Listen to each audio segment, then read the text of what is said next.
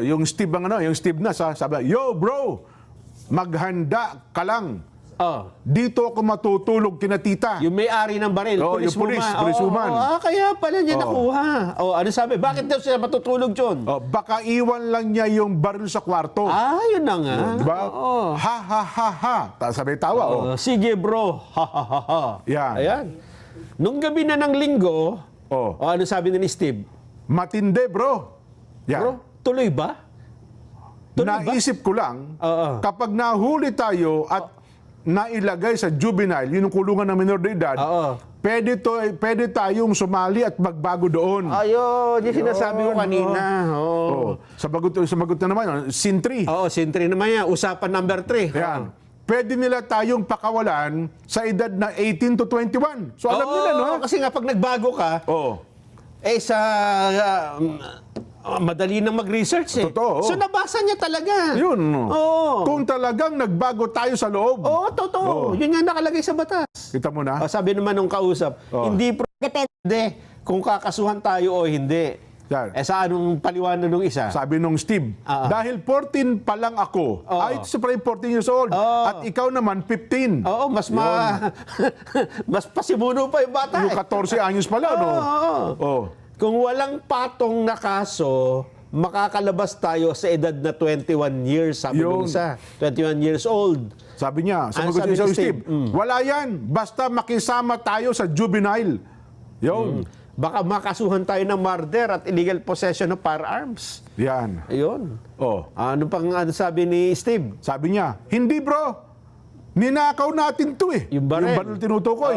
Hindi pwedeng kasuhan ng mga minor de edad. Sabi niya, yes, illegal possession yon kasi wala tayong lisensya. Pwede tayong kasuhan pero iba raw ang paghawak sa kaso natin. Dahil mga minor de edad tayo. Paulit-ulit, ano? Ito, yung Sin 5 naman tayo. Yung usapan nila. Pang-limang usapan. Hindi bro, juvenile ang kakaharapin natin. Siguro, Jen, sa panahon ito, ng pag-uusap nila, yung isa ay nagdadalawang isip. Huwag na natin ituloy. Yun na nga. Kasi makukulong tayo, makakasuhan tayo eh. Pero makulit itong si Steve, Yung 14 anyos, ano pang sabi niya? May selda, tapos may eskwelahan. Pagtuturo at iba pang mga programa. Iba ang batas dito sa atin, bro. Sabi nung kausap. Yes, bro, pero makakapatay naman tayo. Nako, yun na. Doon nagtawa na yung dalawa. May kasong murder, tapos may baril pa tayo, illegal possession of firearms. Ayun. Talagang yung isa ay nagdadalawang isip na wag nang gawin. Yung 15 years old.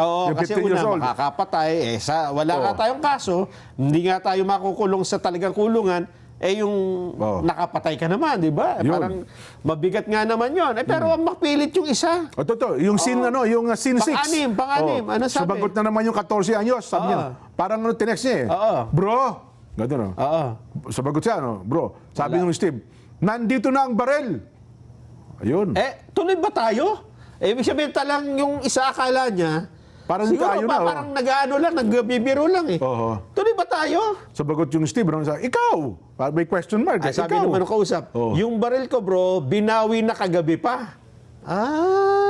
Ano sabi? Yung revolver, sabagot siya, tinatanong niya yung kausap niya, yung revolver. Pero kung tutuloy ka, sige, isang baril na lang ang gagamitin natin. Sabagot ulit yung 14 anyos, sabi niya, ayoko bro, dapat dalawa yung baril. Ayun. Tapos yung pang-pitong usapan, siguro may lumipas na panahon, nandito ang revolver bro, pero nandito si mama. Ayun. I-keep safe mo bro, dinala ko na to. Nako po. Ayun, yung baril naman, yung galing sa pulis. Dadalhin mo ba ang baril, bro? Oo, dinala ko yung revolver. Ayun. Sabi ng kausap, teka bro, yan, may medyo mura yan. Hahanap ako ng paraan. Ayaw kung paano niya makukuha. Sabi nung, sige, chat ka mga 7 a.m. kung nadala mo. Linggo ng gabi to, no? Yan, bro, tapos may iyak-iyak na emoji. Ayan. Tapos, yung pala, madadala ko. So talaga kunyari, hindi niya madadala kasi may iyak-iyak. Pero sabi niya, madadala ko. Kaya sabi nung Steve, yung 14 anyos, ayos boy, sabi mo, kaya mong dalhin. Baka mahalata ako nito kapag ibinalik ko. Aha. Yun. Yan. Naku po, dinala ko na. Kaya lang, handa na ako, pero makikita Kapag isinukbit. kapag Yun. sinukbit ko kasi walang bulsa. Ayun. Makikita daw yung baril. Oho. Sumagot tuloy yung 14 yun, sabi niya, siguraduhin mong madala mo. Mag-distract muna. Tapos, isingit, itago mo.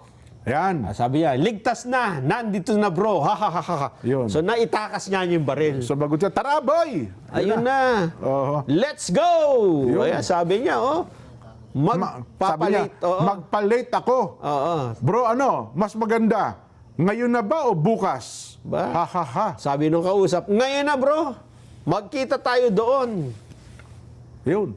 Tagtatawanan pa silang dalawa. Oh. Game! Yun. Wag pa-late. On the way na raw sila. Oho. Binayaran ko na para sunduin ako ng maaga. Yun. Papatayin ko rin ito. Sino? Yung nagsundo sa kanya? Oo, matindi Grabe. talaga ito. No? Tatawanan yung dalawa, no? Oh, kausap, ayan, yung isang kausap niya. Oh. Motor na lang ang hinihintay ko. Ayun, Oo. paparating na ako. Kaya talaga nag-usap sila pagpunta sa eskwelahan, no?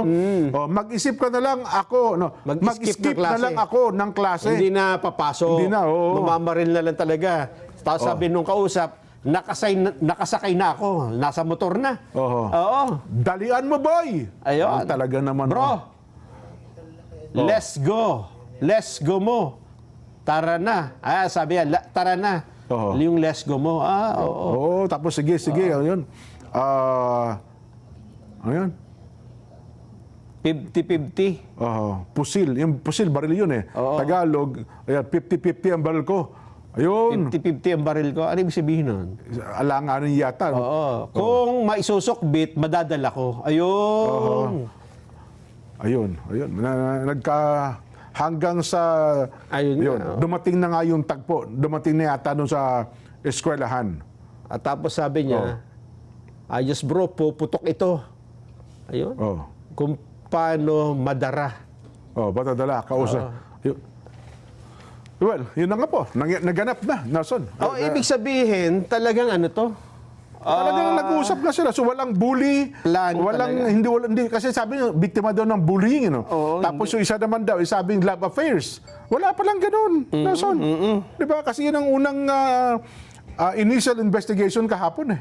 Ay, no. Totoo. Anyway, mamaya baka may makausap tayo mga psychiatrists, mga eksperto kung sa bagay na ito. Para magturo tayo sa mga magulang. At kung meron tayong makakapanayam din ng mga pulis, para nang sa ganun ay ano ang gagawin sa ganito po mga pangyayari.